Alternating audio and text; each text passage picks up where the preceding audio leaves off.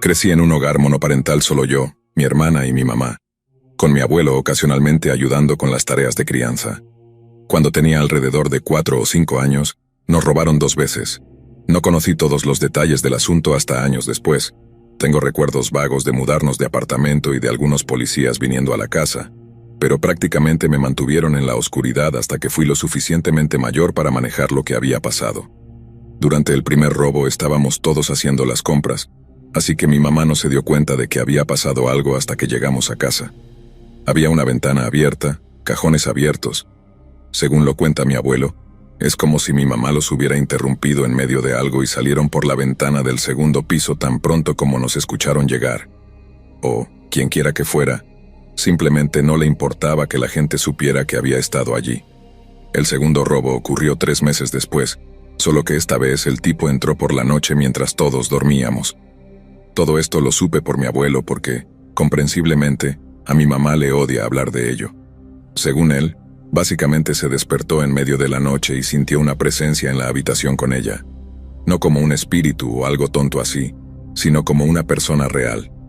Luego, cuando abrió los ojos, había alguien parado junto a su cama con algo brillante en la mano. Le dijo a mi abuelo que estaba literalmente congelada de terror. No podía moverse, no podía hablar, literalmente petrificada en el sentido estricto de la palabra. Aparentemente, el tipo estaba murmurando algo que mi mamá no podía recordar exactamente. Luego, cuando comenzó a suplicarle que no la lastimara, ya no pudo escuchar nada. Mi hermana recuerda haber entrado en su habitación pensando que estaba teniendo una pesadilla. Le preguntó a mamá si estaba bien. Mamá quitó las cobijas de su cabeza.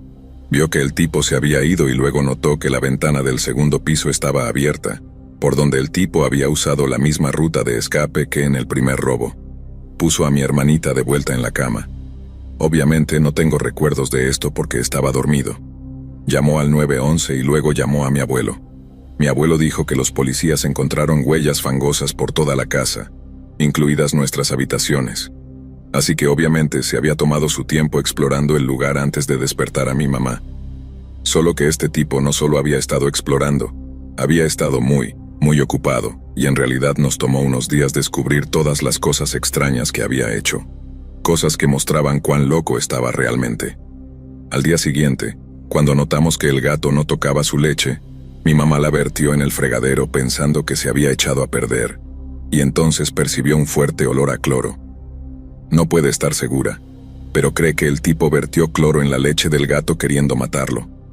Luego estaban los huevos vacíos y agrietados en el refrigerador, no agrietados del todo, solo pequeños agujeros en la parte superior con toda la yema y la clara desaparecidas.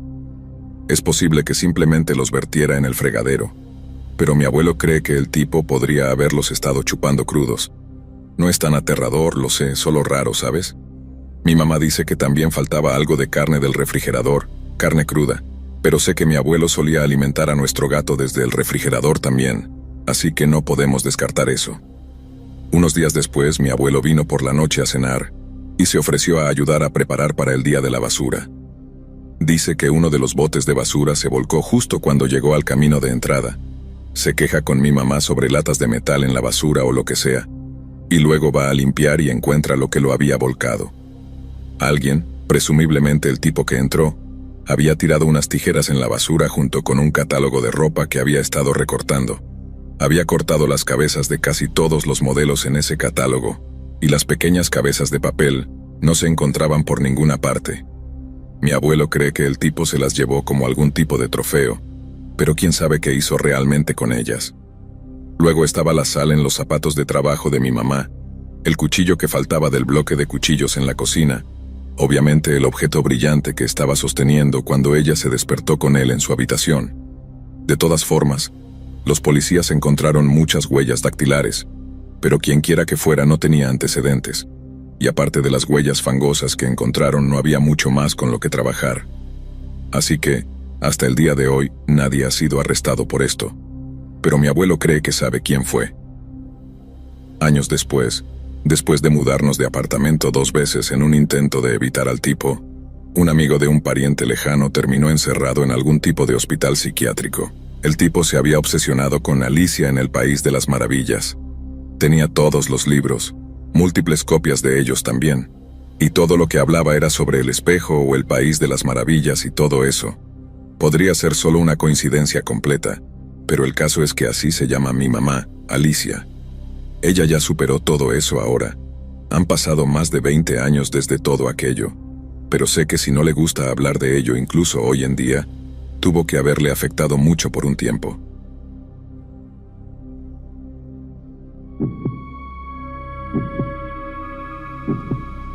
Solo le he contado esta historia a 2 personas, principalmente porque me da miedo, pero también porque de alguna manera soy cómplice de todo el asunto. A veces siento que si no fuera tan cobarde, habría ido a la policía y todo el calvario habría terminado en menos de 24 horas.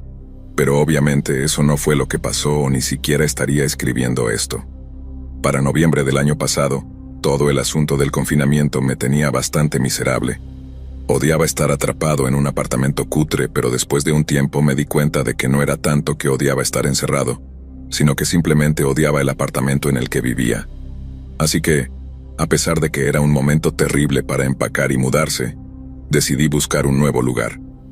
Encontré un lugar que me gustó sorprendentemente rápido, y, después de una exhaustiva visita virtual que tuvo lugar por FaceTime, ofrecí poner un depósito. La casera dijo que podía mudarme el primer día de diciembre, menos de una semana después de que la llamara, y que solo estaban terminando algunas reparaciones. Sonaba totalmente legítimo. La señora parecía buena onda, pero cuando le pedí la información de contacto del inquilino anterior, solo para tener una idea de lo que me esperaba, me dijo que no tenía ningún dato de contacto de él. Yo estaba como, ¿qué? Bueno, ¿cómo te mantuviste en contacto con él? Se puso nerviosa y me dio algunas excusas sobre tener un teléfono nuevo, lo cual me tragué estúpidamente porque quería el apartamento con tantas ganas. Luego, como acordamos, me mudé el 1 de diciembre. Pasamos a la segunda semana en el apartamento. Todo iba de maravilla. Las facturas de electricidad eran un poco altas, pero nada de qué quejarse. Luego, una noche, literalmente acababa de salir de la ducha cuando escucho un golpe en la puerta. Me pongo una bata, camino hacia la puerta y miro por la mirilla. No veo a nadie, absolutamente a nadie.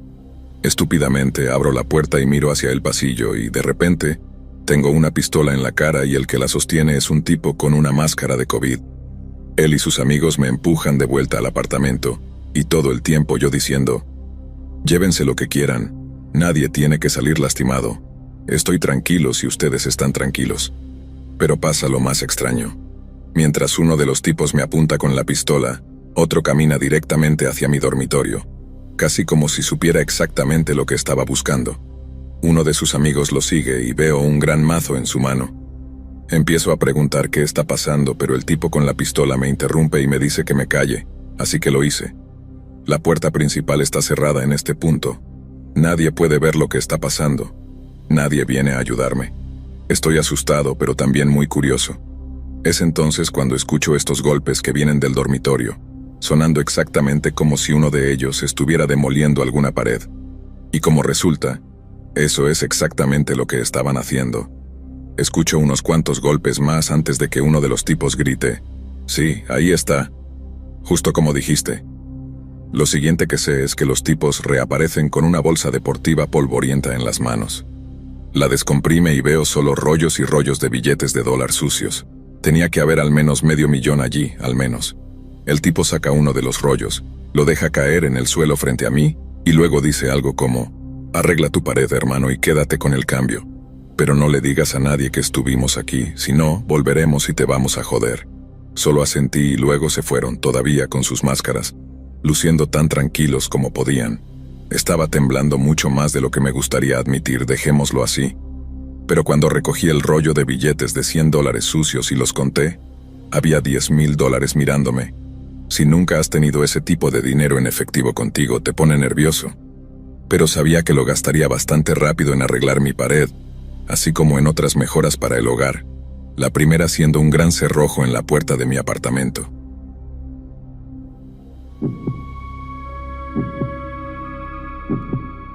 Cuando estaba encerrado leí un folleto sobre escritura creativa.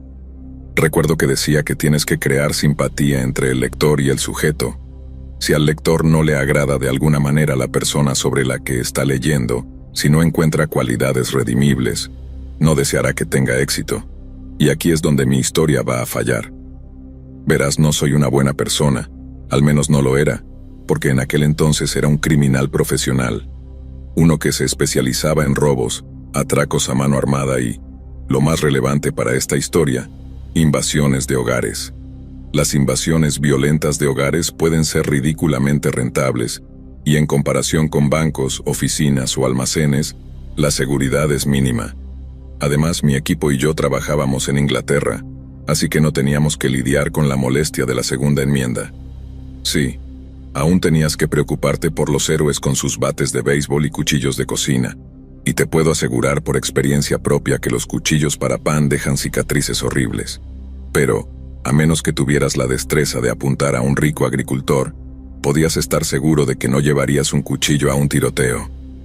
Además, nos habíamos hecho con un nicho muy específico en cuanto a nuestros objetivos, porque las personas a las que íbamos eran aquellas sin recursos legales, traficantes de drogas, usureros, constructores turbios, empresas, cualquiera que tuviera mucho dinero sucio a mano o algo valioso que no podrían denunciar como robado. Pero por favor, no pienses que era algún tipo de Robin Hood raro robando a los ricos para darlo a los pobres. Sí, íbamos tras los traficantes de heroína y crack, pero los encontrábamos en sus casas, donde dormían sus familias. Amenazábamos a sus hijos, pequeños niños, hombre. Les poníamos cuchillos en los brazos y piernas. Les decíamos a sus padres que los cortaríamos en pedazos si no entregaban el dinero o la coca, o lo que fuera que buscáramos. Como dije, éramos unos canallas de primera. Pero aquí es donde viene el incentivo para seguir leyendo, porque estoy seguro de que muchos de ustedes se alegrarán al saber que obtuvimos lo que merecíamos. De hecho, puede que no viva para ver el 2022. Y para explicar por qué, tenemos que retroceder hasta alrededor de principios de abril de 2015, cuando una información muy emocionante llegó a nosotros. Nuestro pequeño equipo tenía 4 tipos. Yo, que hacía la mayor parte de la planificación. Kev, el conductor. Sean, que básicamente era el músculo, pero también tenía la cabeza bien puesta. Y Phil, que traía los trabajos y era lo más parecido que teníamos a un líder. Un día, Phil baja al pub y enseguida notamos que tiene algo en mente. Está sonriendo, pide un Red Bull, y cuando se sienta en la cabina, prácticamente se frota las manos de alegría. Nos cuenta que tenía un amigo que conducía minicabs, y que, en el último mes, había llevado a 5 chicas jóvenes y hermosas del este de Europa a una gran casa en Surrey. Clarendon Park House nos dijo que se llamaba. Un lugar que llamarías una casa señorial si estuviera bajo el cuidado del National Trust. Pero esta no lo estaba. Todavía estaba en propiedad privada, y quienquiera que fuera el propietario parecía estar en el negocio de traer a mujeres jóvenes muy hermosas pero muy vulnerables. Solo que nunca parecían irse, ya que este conductor de minicab nunca recogió a nadie. Las dejaba, pero nadie, al menos no de su cabina, volvía a recogerlas. Esto realmente captó nuestra atención. Las redes de tráfico humano normalmente no tienen mucho dinero en efectivo, ya que todo es digital hoy en día. Pero si una operaba desde una antigua mansión grande, tenía que haber cosas allí con un valor de reventa muy alto, si entiendes lo que quiero decir.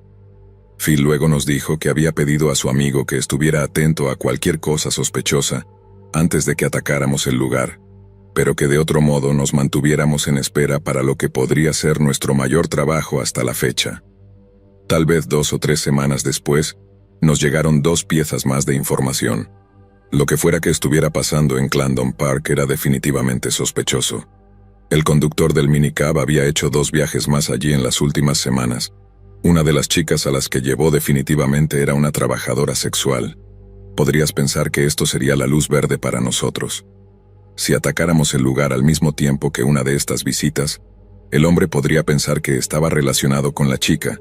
Tal vez, el grupo que la manejaba queriendo más de lo que les correspondía, y posiblemente estaríamos fuera de sospecha. Pero la segunda pieza de información vino con una advertencia. El conductor del minicab no pensaba que debíamos seguir adelante con el trabajo, y esto es por qué. La segunda vez que llevó a una chica allí, no estaba tan emocionada como el resto de ellas. Dijo que en el pasado las chicas sabían que iban a ganar dinero siendo llevadas a una gran casa elegante en el medio de la nada. Tal vez recibiría una propina generosa o algo así. Tal vez robaría un par de pendientes de diamantes. Tal vez ambos. Pero la última parecía diferente. Cuando se subió al minicab no parecía feliz o emocionada, parecía muy ansiosa. Cuando el conductor trató de hacerle plática, no quería saber nada. Luego, en un momento dado, justo cuando iban a unos 100 kilómetros por hora en una autopista concurrida, ella se desabrochó el cinturón, abrió la puerta trasera y simplemente se arrojó fuera del coche. Llamó a la ambulancia, luego dio la vuelta para encontrarse con ellos, y estuvo allí cuando la subieron a la camilla y la metieron en la parte trasera, muerta como una piedra. Dijo que todo el asunto le asustó la vida. Dijo que no podía dejar de pensar en qué tenía a esa chica tan asustada por su pequeña cita en Clarendon. Si tenía que adivinar, diría que algo desagradable estaba ocurriendo allí, algo que podría hacer cualquier trabajo potencial muy desordenado. Y no hacíamos trabajos desordenados, hacíamos trabajos rápidos, violentos, de entrar y salir. Deberíamos haber cancelado todo el asunto, pero Phil había decidido sobre el lugar. Y desde que les dijo a los otros muchachos que podríamos jubilarnos con las ganancias, sus mentes también estaban decididas. Luego, cuando recibimos la noticia de la bóveda, era hora de actuar. Parecía que íbamos solo por las joyas y las antigüedades, pero cuando algún electricista dio información a cambio de unos pocos cientos de dólares, teníamos un objetivo definido y todo estaba en marcha. Solía trabajar como asistente de mantenimiento y preparar una invasión de hogar. Era muy parecido a preparar uno de esos trabajos. Reúnes las herramientas que necesitas, arreglas una furgoneta, aseguras que todos conozcan el trabajo y luego conduces al destino deseado en el lugar y momento deseados. También es tranquilo, no como cuando estás buscando un arma limpia pensando que cada segunda persona es un policía encubierto. Puedo simplemente entrar en B&Q, recoger un mazo y bridas, y hasta recibiré una sonrisa de la cajera al salir. Facilísimo. Los trabajos, por otro lado, no son tan simples, y el de Clarendon Park fue el más difícil de todos. El siguiente giro vino cuando descubrimos que íbamos a entrar durante el día. Si piensas en una invasión de hogar a plena luz del día, debes estar loco. Pensé exactamente lo mismo. Le pregunté a Phil si se había golpeado la cabeza o algo así, porque la idea de atacar el lugar a plena hora del almuerzo era simplemente absurda. Phil me dijo que confiara en él, que había hecho el reconocimiento o la exploración, y que el lugar estaba muy vigilado por la noche, mientras que durante el día había un cambio de turno de guardias exactamente a las 3 de la tarde. Este era el momento en que los guardias estaban más descuidados, lo que nos daba nuestro momento para atacar. Phil pensaba que podríamos entrar, hacer que el líder nos abriera la bóveda y salir nuevamente en exactamente 12 minutos, con millones en efectivo, joyas y lo que sea más que tuvieran escondido en ese lugar. Debo admitir que escuchar sobre la bóveda me volvió a entusiasmar con el trabajo. Había estado preocupado por todo el incidente con esa prostituta en el coche, pero tal vez eso fuera completamente irrelevante. Tal vez la chica estaba loca como una cabra, y siempre iba a hacer algo así. Además, todo era hablar de un último trabajo y estaríamos asegurados para toda la vida, y todas esas pequeñas dudas en el fondo de tu mente simplemente desaparecieron. Supongo que los he mantenido en suspenso el tiempo suficiente en este punto. Supongo que todos ustedes solo quieren saber qué pasó, qué salió mal, por qué fui a la cárcel y por qué mi vida ahora es un desastre. Bueno, todo comenzó con la bóveda. Todo iba perfectamente según lo planeado. Obviamente no esperaban que alguien intentara robar el lugar durante el día, y el hecho de que llegamos justo cuando un tipo de jardinero apareció para podar los setos hizo que el personal pensara que éramos parte de su equipo. Se dio cuenta rápidamente de que ese no era el caso cuando Sean le rompió la clavícula de un golpe con su martillo. Logramos agarrar al principal jefe de seguridad justo donde queríamos que estuviera durante el cambio de turno, y aunque inicialmente insistió en que no podía abrir la bóveda, amenazar con sacarle un ojo con la parte afilada de un martillo, pronto lo hizo recordar el código. Esperábamos cajas de seguridad llenas de joyas invaluables. Tal vez algo de lingotes de oro, pinturas, no sé, cosas de gente rica. Lo que encontramos fue algo increíble. Uso la palabra increíble porque de todas las personas a las que les he contado, solo una persona realmente me ha creído que estoy diciendo la verdad, pero es la verdad. Cuando vi lo que era, cuando abrimos esa puerta, Lo que encontramos fue una mezcla entre una prisión y un hospital. Estaba completamente esterilizado, con enfermeras vestidas y enmascaradas gritando cuando nos vieron entrar con nuestras pasamontañas y armas. Había una sala principal que parecía una especie de vestíbulo y 6 celdas más pequeñas que salían de él. Pensamos que podría haber algo valioso en las celdas, así que fuimos a ver qué había allí. Y todavía recuerdo a Kev jadeando cuando vio que eran mujeres. Tenían a una mujer encerrada en cada una de estas pequeñas habitaciones, y cada una de ellas estaba embarazada. El personal del hospital o los guardianes, quienquiera que fueran, se fueron corriendo a otra parte del hospital y sellaron la puerta. Dudo que no hubiéramos podido abrir la puerta, pero realmente no estábamos de humor para intentarlo en ese momento. Nos dimos cuenta de que había habido un horrible error. Sí, obviamente había algo valioso aquí, pero no era nada que pudiéramos lavar o revender. No sé exactamente qué estaba pasando, pero tenías la sensación de que algo terrible estaba sucediendo. Y esto se confirmó cuando una de las chicas se levantó de la cama, se acercó a la puerta de la celda, que estaba hecha de algún tipo de plástico transparente, y comenzó a golpearla. No tengo ni idea de qué idioma hablaba. Sonaba del este de Europa, pero Dios sabe cuál. No necesitábamos un traductor, sin embargo, era obvio que ella quería que la dejáramos salir, y no nos llevó mucho tiempo encontrar alguna manera de dejarla salir, pero vino con un precio. Para abrir las celdas tuvimos que activar la alarma de incendios, lo que significaba que teníamos que salir de allí sin tomar nada, ni siquiera un Krugerrand. Pero no antes de que Kev se acercara a la habitación donde las enfermeras se habían encerrado. Tenía este pequeño panel de vidrio, así que podías ver adentro un poco, pero no mucho. Justo antes de que activáramos la alarma de incendios, Kev se acercó solo para ver si había algo de valor allí dentro, y todo lo que escuchamos fue: «Jesucristo, chicos, ¿qué demonios es todo esto?». Recuerdo acercarme y mirar a través del pequeño panel de vidrio. Lo primero que vi fue a todas esas enfermeras aterrorizadas, pero detrás de ellas, todas estas pequeñas bolsas de plástico transparente.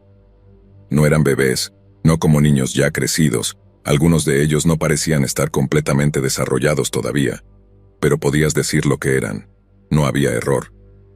Luego juntamos 2 y 2. De repente llegamos a la misma conclusión aproximada sobre lo que estaba sucediendo allí, y fue entonces cuando Phil volvió a entrar en cólera. Sabía que era estúpido de su parte intentar rescatar a esa chica embarazada. Éramos los malos. No haces cosas así cuando eres el malo. Te atrapan, te matan. ¿Pero qué iba a hacer yo? ¿Hacerlo dejarla? Phil tenía como 1 metro más de altura que yo, así que en general, cada vez que Phil quería hacer algo se hacía. De camino a la furgoneta, Sean se detuvo cerca de estas largas cortinas. Phil casi le arranca la cabeza preguntándole qué demonios estaba pensando, pero más tarde, cuando lo vio sacar un encendedor y prender fuego a un par de cortinas polvorientas, dijo que simplemente sonrió en aprobación. Nos amontonamos en la furgoneta justo antes de las 4 de la tarde, y recuerdo eso claramente por el pequeño reloj digital en el tablero. Cuando Kev giró la furgoneta, vi humo saliendo de una de las ventanas, y recuerdo esperar que el lugar se quemara hasta el suelo. Conducimos tan rápido que creo que casi estábamos de vuelta en Londres antes de ver pasar una camioneta de bomberos yendo en dirección contraria. Afortunadamente, esa fue la única vez que vimos luces azules detrás de nosotros. La chica embarazada aparentemente no sabía nada de inglés y lloraba y decía «Gracias, gracias» una y otra vez mientras conducíamos de regreso. Sin embargo, no sabía mucho más, solo lo suficiente para repetir la frase Tottenham Court Road cuando le preguntamos dónde vivía. La dejamos y cada uno siguió su camino. Kev se deshizo de la furgoneta y aparentemente eso fue todo. Nunca tuvimos una visita de los polis con una gran llave. Nos llevó tiempo que se supiera de la existencia del incendio, y para todos los efectos el atraco nunca sucedió en primer lugar. Solo que no podíamos olvidarlo. O mejor dicho, Kev no nos dejó.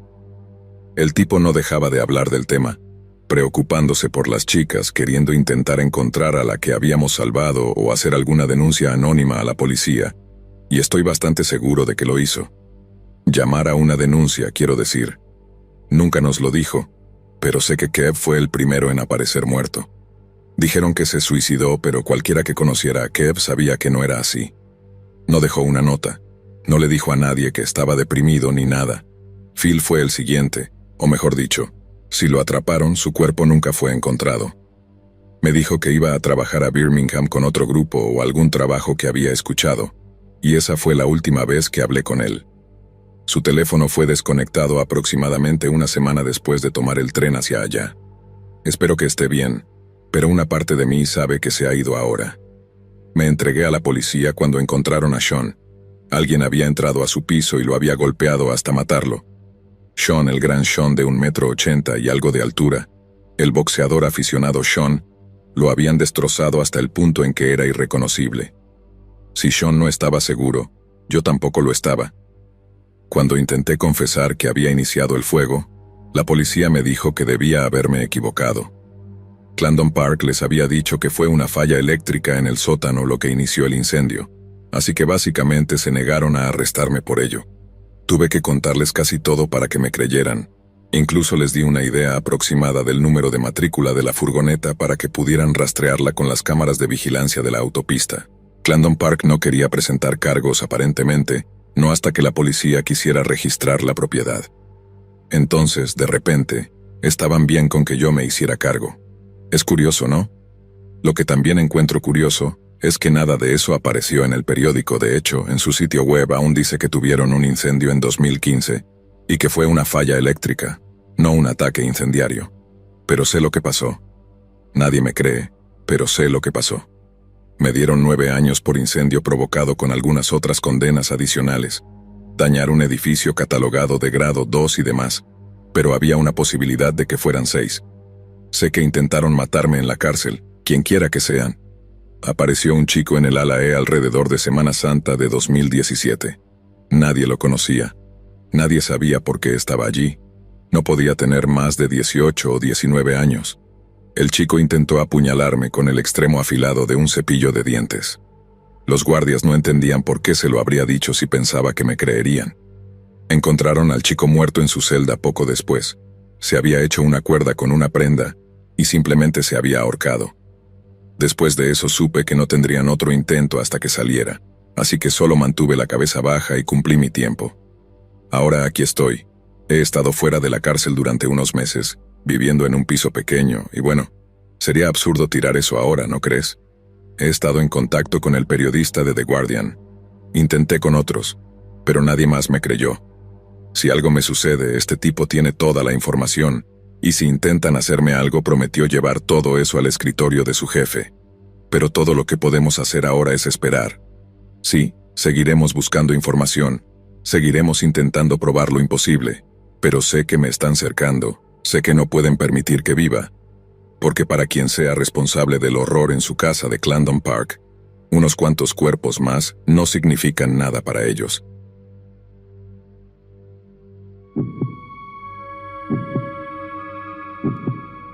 En el verano de 2007, la familia Petit de Cheshire, Connecticut, estaba compuesta por el Dr. William Petit, su esposa de 48 años Jennifer y sus 2 hijas, Hayley de 17 años y Micaela de 11 años.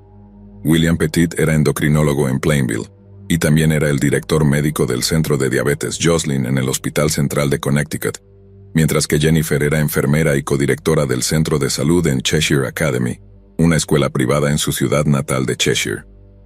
Se conocieron en el Hospital de Niños de Pittsburgh en la década de 1980, donde ella trabajaba como enfermera de oncología y él era estudiante de medicina de 3er año, y se casaron poco después. La hija mayor de los Petit, Hayley, nació apenas 4 años después y creció para estudiar medicina en el Dartmouth College. Durante su adolescencia, Hayley fue una activa recaudadora de fondos para la investigación de la esclerosis múltiple, después del diagnóstico de esclerosis múltiple de su madre. La hermana menor, Micaela, nació en 1995 y se dijo que disfrutaba cocinando para su familia cuando no estaba estudiando en la Chase Collegiate School. Los Petit eran el vivo retrato de una familia feliz, trabajadora y de clase media alta, que tenía todo por delante. Sin embargo, en julio de ese mismo año, 2 hombres tendrían un impacto irreparable en sus vidas y convertirían 1 o 2 horas antes del amanecer en una pesadilla despierta. En la noche del domingo 22 de julio de 2007, Jennifer y la joven Micaela condujeron hasta un Stop and Shop local para comprar algunas provisiones para la cena de esa noche. Fue durante esta compra de comestibles cuando Jennifer notó que ella y su hija habían captado la atención de un hombre de unos 20 años, con ojos oscuros, pelo oscuro y barba incipiente. El hombre parecía haberlas seguido por los pasillos durante un tiempo, manteniendo su distancia pero manteniendo su presencia. Jennifer Petit se puso ansiosa, echando unos pocos artículos en su carrito y luego dirigiéndose hacia el cajero lo más rápido posible. La sensación de ansiedad solo disminuyó cuando ella y su hija estaban seguras de regreso en su automóvil. Pero aunque ella no podía verlo, Jennifer estaba siendo seguida. Ella creía que estaría a salvo una vez que estuviera de regreso en casa, pero en realidad, su pesadilla apenas estaba comenzando. El hombre que la había seguido a casa era Joshua Komisarievsky, de 27 años, y cuando se detuvo frente a la casa de la familia Petit, sacó su teléfono y comenzó a enviar mensajes de texto a un amigo. «Estoy ansioso por comenzar», escribió. «¿Todavía estamos en ello?», respondió su amigo, Steve Hayes, de 44 años. «Sí, pronto, aguanta tus caballos», respondió Josh. «Amigo», respondió Steve, «los caballos quieren liberarse». En las próximas horas, la familia Petit siguió con su noche según lo planeado. Makayla ayudó a su mamá a cocinar una cena deliciosa y nutritiva. La familia se reunió para comer, luego cada uno siguió su propio camino para la noche, entreteniéndose hasta la hora de acostarse. Sin embargo, William Petit, el patriarca de la familia, era algo así como un trasnochador de fin de semana, y a menudo se quedaba despierto hasta tarde viendo televisión hasta que se quedaba dormido en el sofá de abajo. Esto es exactamente lo que hizo la noche del 22 de julio también, lo que significaba que cuando Joshua Komisarievsky y Steve Hayes irrumpieron en la planta baja de la casa de la familia Petit, William fue el primer cuerpo dormido que encontraron. Josh lo atacó de inmediato a la vista, golpeándolo 4 o 5 veces con un bate de béisbol antes de atarle las muñecas y los tobillos con bridas y cuerda.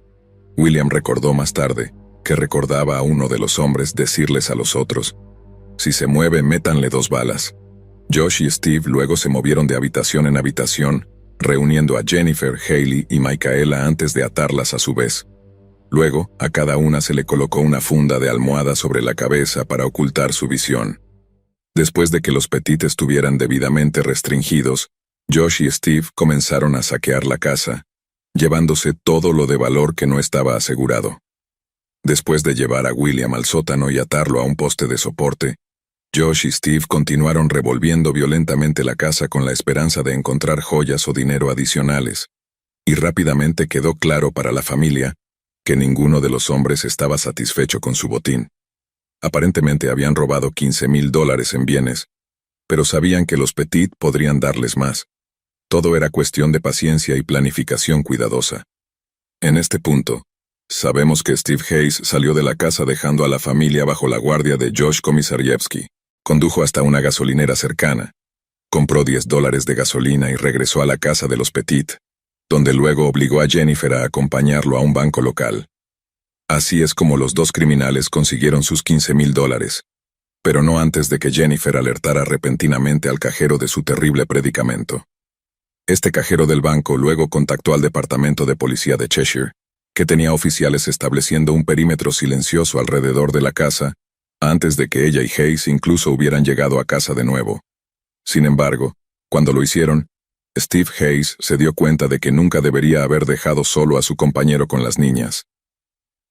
Después de volver a restringir a Jennifer, Steve Hayes entró en el dormitorio de arriba para encontrar a Hailey Petit, de 17 años, y bañada en lágrimas, mientras que la de 11 años, Micaela, yacía catatónica en el suelo cercano.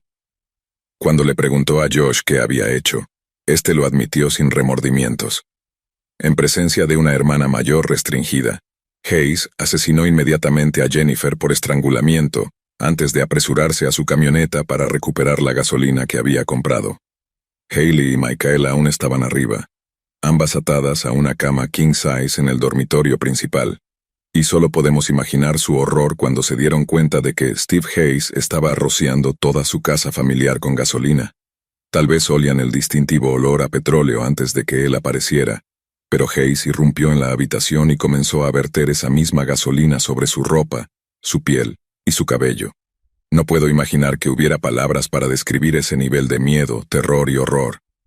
Cuando terminó de saturar la casa con una indiferencia desalmada en su corazón, Steve Hayes prendió un fósforo y luego prendió fuego a la casa. Mientras la casa ardía a su alrededor, Hailey, de 17 años, logró liberarse de sus ataduras y corrió hacia un pasillo de arriba. Sin embargo, casi inmediatamente fue vencida por el humo y colapsó, muriendo en el pasillo. El cuerpo de Micaela todavía estaba atado a la cama, y una autopsia indicó que sus quemaduras podrían haber comenzado mientras aún estaba viva. Como mencionamos, su padre estaba a punto de escapar de la casa, y se dirigió al jardín de un vecino en busca de ayuda. Sus lesiones eran tan graves que, a pesar de vivir al lado de él durante años, su vecino no reconoció a William al principio, y tuvo que esperar una confirmación verbal antes de correr a llamar a la policía. Mientras tanto, mientras la casa ardía, Josh y Steve escaparon en el auto de la familia Petit, chocando poco después y permitiendo que la policía los atrapara y arrestara. En las entrevistas policiales que siguieron, tanto Josh como Steve confesaron los asesinatos. Los detectives notaron que Hayes olía a gasolina durante su entrevista, y trató de echar la culpa casi todo a Josh, claramente todavía enojado porque su negligencia había permitido que William Petit escapara.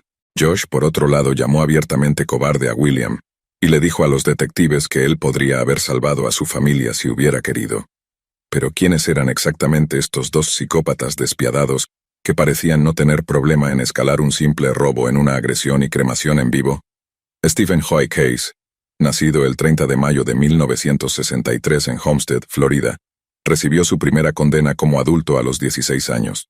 Desde entonces y hasta el momento de su arresto en 2007, Hayes fue arrestado más de 30 veces, principalmente por robos de poca monta, como romper una ventana de un automóvil para robarle el bolso a una dama.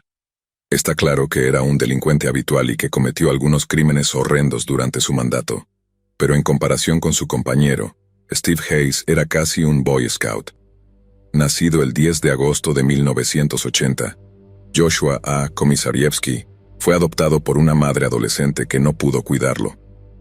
Después de ser colocado en un centro de adopción, Joshua fue acogido por Benedict Komisarjewski, hijo del director teatral Theodor Komisarjewski y la bailarina Ernestine Stodel. Fue un niño en su mayoría tranquilo y bien comportado, pero a los 12 años comenzó a mostrar los síntomas bastante horribles de una enfermedad mental oscura y destructiva, mejor ilustrada en un incidente en el que la hermana de Joshua lo acusó de tocarla. En la fase de penalización de su juicio, el padre adoptivo de Josh admitió públicamente que esto era cierto y que Josh había estado luchando con inclinaciones predatorias desde muy joven. Joshua cometió su primer robo cuando tenía solo 14 años, y para 2002, fue arrestado por casi 20 invasiones domiciliarias separadas. Fue alrededor de esta época cuando Josh le dijo a su abogado defensor que después de robar la casa, iría a las habitaciones donde los ocupantes estaban durmiendo y los escucharía respirar, agregando que lo hacía porque disfrutaba la sensación de invadir las casas de las personas y violar su seguridad. Pasó 5 años en prisión por sus crímenes, siendo finalmente liberado bajo libertad condicional en abril de 2007, solo unas pocas semanas antes de la invasión a la casa de los Petit. Después de ser liberado bajo libertad condicional, Komisarjewski se quedó en lo que se conoce como la casa de medio camino de Silliman, y fue allí donde conoció por primera vez a Steve Hayes. Después de sus juicios en 2010 y 2011 respectivamente, tanto Josh como Steve fueron condenados a muerte por sus crímenes, aunque ambas sentencias finalmente fueron reducidas a términos de por vida, después de algunas luchas políticas no relacionadas. Pero incluso así, ambos hombres buscaron formas de hacer más llevadero su castigo. El 18 de agosto de 2016, después de ser transferido a otra prisión por su seguridad, Joshua Komisarjewski intentó ahorcarse en el vehículo de transporte de la prisión. No tuvo éxito y desde entonces ha sido puesto bajo una vigilancia casi permanente por parte de la institución correccional estatal en la que actualmente reside. Steve Hayes, por otro lado, se declaró transgénero en octubre de 2019.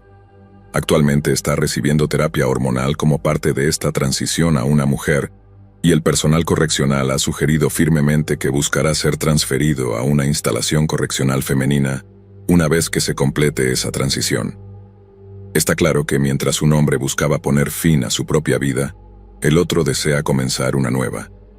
Quizás Steve Hayes realmente solo desea ser una persona nueva, una no cargada con el pecado de su asalto y asesinato. Obtendrá un segundo lanzamiento kármico de los dados, una nueva oportunidad en la vida. Pero eso es mucho más de lo que podemos decir de la familia Petit y su único sobreviviente, William. Para William, siempre ha sido atormentado por lo que sucedió esa noche, y según su propia admisión, nunca ha podido superarlo. Sin embargo, mientras él languidece en la eterna agonía de una pérdida violenta y sin sentido, los hombres que mataron a su familia simplemente continúan intentando olvidar, intentando seguir adelante, pero siempre habrá sangre en sus manos.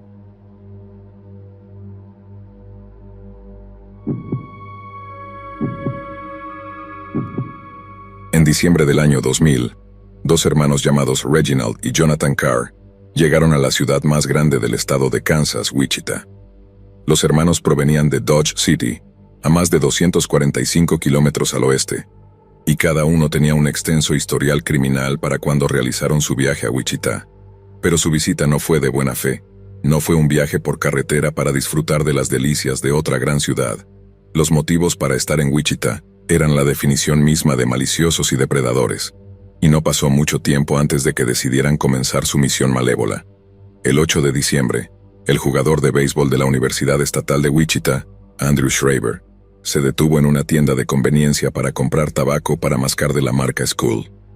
De la nada, los hermanos Carr aparecieron detrás de él cuando regresaba a su auto, y lo obligaron bajo amenaza de arma de fuego a retirar dinero de los cajeros automáticos, hasta que su tarjeta se negó a realizar más transacciones.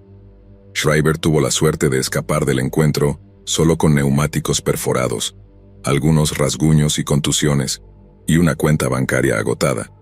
Pero otros no tendrían tanta suerte. Aparte de una descripción vaga de dos hombres afroamericanos de entre 20 y 30 años, la policía no tenía nada en qué basar una investigación, y todo estuvo tranquilo durante los pocos días siguientes.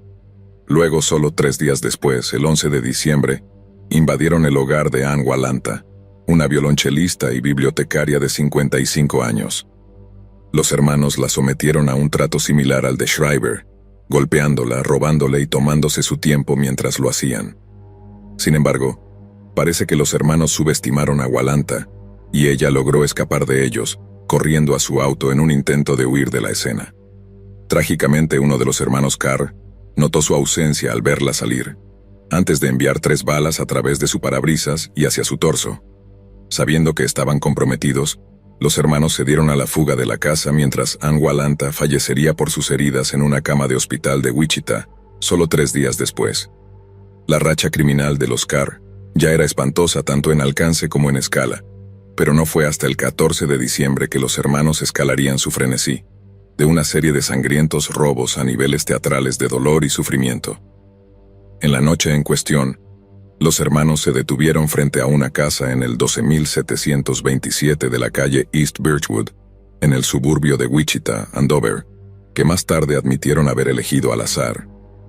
En el interior se encontraban el director financiero, Brad Heika, la maestra de preescolar Heather Muller, el analista financiero convertido en sacerdote Aaron Sander, el maestro de secundaria local Jason Beffort y su novia, una maestra conocida solo en los documentos judiciales como Holly G. Los hermanos Carr salieron de su auto armados con palos de golf y pistolas, y se acercaron a la puerta principal de la casa. Uno de los hermanos se escondió de la vista mientras el otro tocaba la puerta de la casa, sonriendo y saludando cuando vio movimiento a través de una ventana que daba al frente. Pero cuando se abrió la puerta, el hermano dejó caer su amigable fachada, apuntando su pistola en la cara de sus víctimas antes de abrirse paso hacia adentro. Una vez que los 5 ocupantes de la casa habían sido acorralados en una de las habitaciones traseras de la casa, los hermanos Carr comenzaron a saquear sus pertenencias. En un momento dado, uno de los hermanos abrió una lata de palomitas de maíz vacía sus contenidos y observó una pequeña caja de joyería que cayó cuando la abrió. Encontró un anillo de compromiso de diamantes, pero en lugar de simplemente guardarlo en el bolsillo y seguir adelante, los hermanos encontraron el descubrimiento muy divertido. Regresaron a la habitación en la que detenían a los ocupantes de la casa y exigieron saber a quién pertenecía el anillo. Así fue como Holly G. descubrió que su novio, el maestro de secundaria Jason Befford, planeaba proponerle matrimonio, no en un momento de sorpresa jubilosa como se pretendía, sino en un momento de absoluto temor y terror, mientras dos hombres extraños se reían en su cara al respecto. Incluso con el anillo de diamantes y una variedad de aparatos eléctricos caros, los hermanos Carr no estaban contentos con su botín. Fue entonces cuando los hermanos decidieron llevar a 3 de sus prisioneros a una serie de cajeros automáticos locales, obligándolos a retirar todo el dinero que pudieran. Esto les proporcionó a los hermanos un adicional de $2,000, pero aún así no estaban satisfechos. Condujeron de vuelta a casa con sus prisioneros y los ataron de nuevo. Pero en lugar de huir con el dinero y los objetos de valor que ya habían recogido, los hermanos Carr decidieron divertirse un poco más. Comenzaron a torturar a los prisioneros masculinos del grupo, golpeándolos con palos de golf y diversos objetos domésticos. Según los documentos judiciales, luego uno de los hermanos recordó que uno de los prisioneros estaba comprometido con otro, y decidieron una forma de tortura horrendamente cruel que involucraba a ambos. Uno de los hermanos arrastró a Jason Befford a una posición desde donde pudiera presenciar la violación de su prometida, mientras el otro elegía a su propia víctima femenina y procedía a hacer lo mismo con ella. Esta horrenda tortura y abuso continuó durante más de 1 hora, mientras los hermanos se turnaban para golpear y violar a cada uno de sus aterrados prisioneros. Cuando se cansaron de la violencia, metieron a sus prisioneros en uno de sus propios autos y los llevaron al complejo de fútbol Stryker en las afueras de Wichita. Como era tarde en la noche, el complejo estaba completamente abandonado, y no había nadie para detener a los hermanos mientras obligaban a sus prisioneros a salir del vehículo y los llevaban a uno de los campos de fútbol. Fueron alineados, obligados a arrodillarse, y luego cada uno de ellos fue ejecutado a sangre fría en la nuca, antes de que uno de los hermanos Carr los atropellara con el camión en el que habían llegado.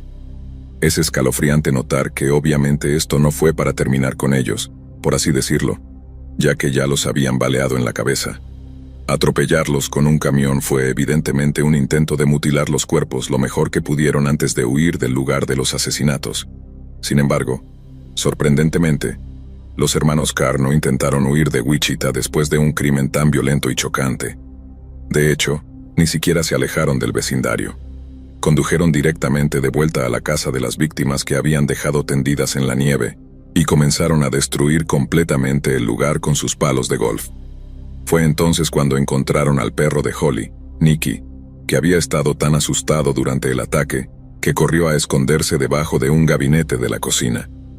Uno de los hermanos Carr atrajo al perro hacia él con algunos embutidos tomados del refrigerador de la casa. Cuando se le acercó, lo golpeó hasta dejarlo hecho papilla con el palo de golf que sostenía. Solo cuando la casa había sido completamente saqueada, los hermanos Carr pensaron en partir, pero lo hicieron con la seguridad de que cualquier testigo potencial había sido silenciado, y que, muy probablemente, nunca tendrían que responder por sus crímenes. Pero se equivocaron. De vuelta en el complejo deportivo Stryker, cuerpos ensangrentados con neumáticos en la nieve yacían sin moverse, todos excepto uno, Holly G., aunque magullada, ensangrentada y golpeada, lentamente comenzó a abrir los ojos. No recordaba cómo había llegado a ese campo de fútbol cubierto de nieve, ni reconocía los cuerpos de las personas que yacían junto a ella.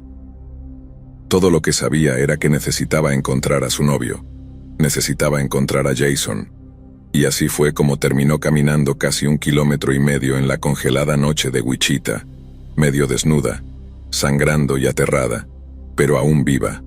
Alrededor de media hora después, una pareja de mediana edad fue despertada por golpes en su puerta.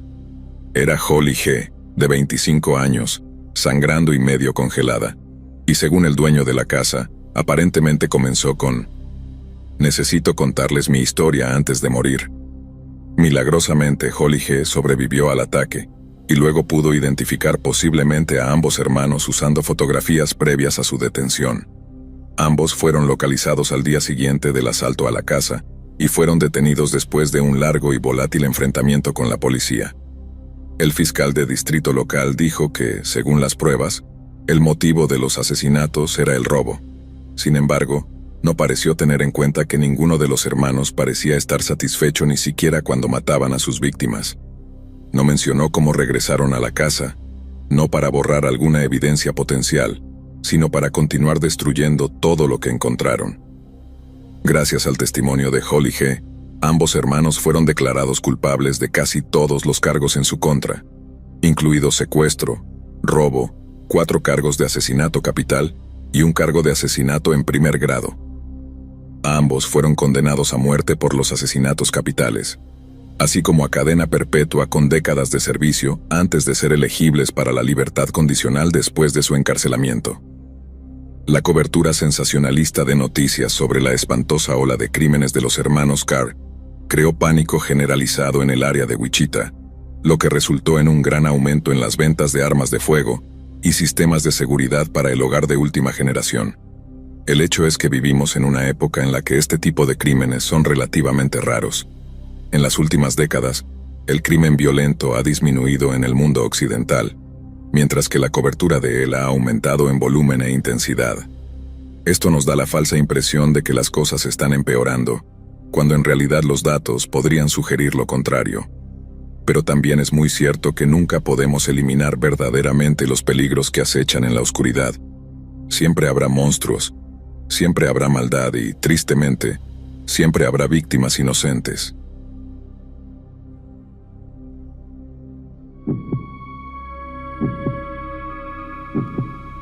Fue una noche fría y neblinosa cuando contacté a un amigo cercano para que se quedara en mi casa esa noche. Ambos teníamos solo 10 años en ese momento, y mis padres a menudo trabajaban hasta la medianoche, así que generalmente estaba solo sin nada que hacer, excepto ver un programa de televisión o leer un libro. Mi amigo Alan aceptó venir, y trajo un juego de Monopoly para pasar el tiempo. También le pregunté si estaba interesado en ir a explorar una estación de metro abandonada a 4,5 kilómetros, casi 5 kilómetros de distancia. Pareció emocionado al principio, así que planeamos hacer el viaje por la mañana. Recordé que el metro databa de mediados de la década de 1920 y quedó abandonado en 1932 después del colapso del mercado en 1929. Estaba muy fascinado por su historia, pero nunca tuve la oportunidad de entrar después de que mis padres me advirtieran que no lo hiciera. Mientras dormía tranquilamente en mi cama, escuché lo que parecía ser un disparo proveniente del bosque detrás de la casa. Ambos nos despertamos asustados por lo que habíamos escuchado y le dije a mi amigo que no se preocupara, ya que los cazadores tienden a ir al bosque en ocasiones frecuentes. Pero cuando revisé la hora, eran las 11:30 p.m. Esto me pareció muy inusual, ya que los cazadores solo entraban al bosque entre las 8 p.m. y las 10 p.m. Miré a Alan y decidí salir de la cama con la intención de mirar por la ventana y buscar a alguien en el bosque. La oscuridad entorpeció mi visión, así que no pude ver a nadie en el bosque. Me volví a mirar a Alan cuando, de repente, escuché que la puerta principal chirriaba al abrirse. Un escalofrío recorrió mi espina dorsal. Ambos nos movimos silenciosamente hacia el baño. Cerramos la puerta con llave y apagamos la luz. Era el único lugar seguro en la casa. Ambos estábamos aterrorizados mientras intentábamos mantener la calma lo mejor que pudimos. Escuchamos pasos que se hacían cada vez más fuertes hasta que se detuvieron frente a la puerta del baño. Y entonces fue cuando el sonido más aterrador hizo que mi corazón casi estallara. Ambos gritamos mientras la persona golpeaba la puerta en pedazos. Estaba completamente oscuro dentro de la habitación, lo que dificultaba encontrar la ventilación. Y para cuando localicé la ventilación, la persona detrás de la puerta había hecho un agujero lo suficientemente grande como para que pudiéramos verlo. Me moví hacia la ventilación, pero estaba demasiado alta sobre el suelo para que pudiéramos alcanzarla. Así que Alan me dijo que fuera primero porque él era el más fuerte. Me levantó sobre sus hombros y me permitió abrir la ventilación y arrastrarme adentro. Cuando miré hacia la puerta de nuevo, el hombre había logrado meter su brazo por el agujero y alcanzar el pestillo. Rápidamente agarré la mano de Alan, pero luchaba por levantarlo hacia la ventilación. Grité y seguí persiguiéndolo. Perseguí a la figura hasta que me llevó al metro abandonado en lo profundo del bosque. Estaba frío y neblinoso, lo que significaba que solo podía ver objetos dentro de un rango de 4 o 5 metros y medio. Dentro del metro había un charco de agua congelada, Estaba tan oscuro que no podía ver nada. Tenía que confiar en escuchar los gritos de Alan y rastrear la fuente. Caminé lentamente por el metro, ahora luchando por respirar bajo el intenso estrés y miedo de la situación. Llamé, pero no hubo respuesta. Continué caminando por el agua hasta que la salida ya no era visible. Ahora estaba experimentando un ataque de pánico masivo. Había perdido de vista a Alan. No tenía idea de dónde estaba ni cómo salir. Todavía sigo preguntándome, ¿dónde estás, Alan?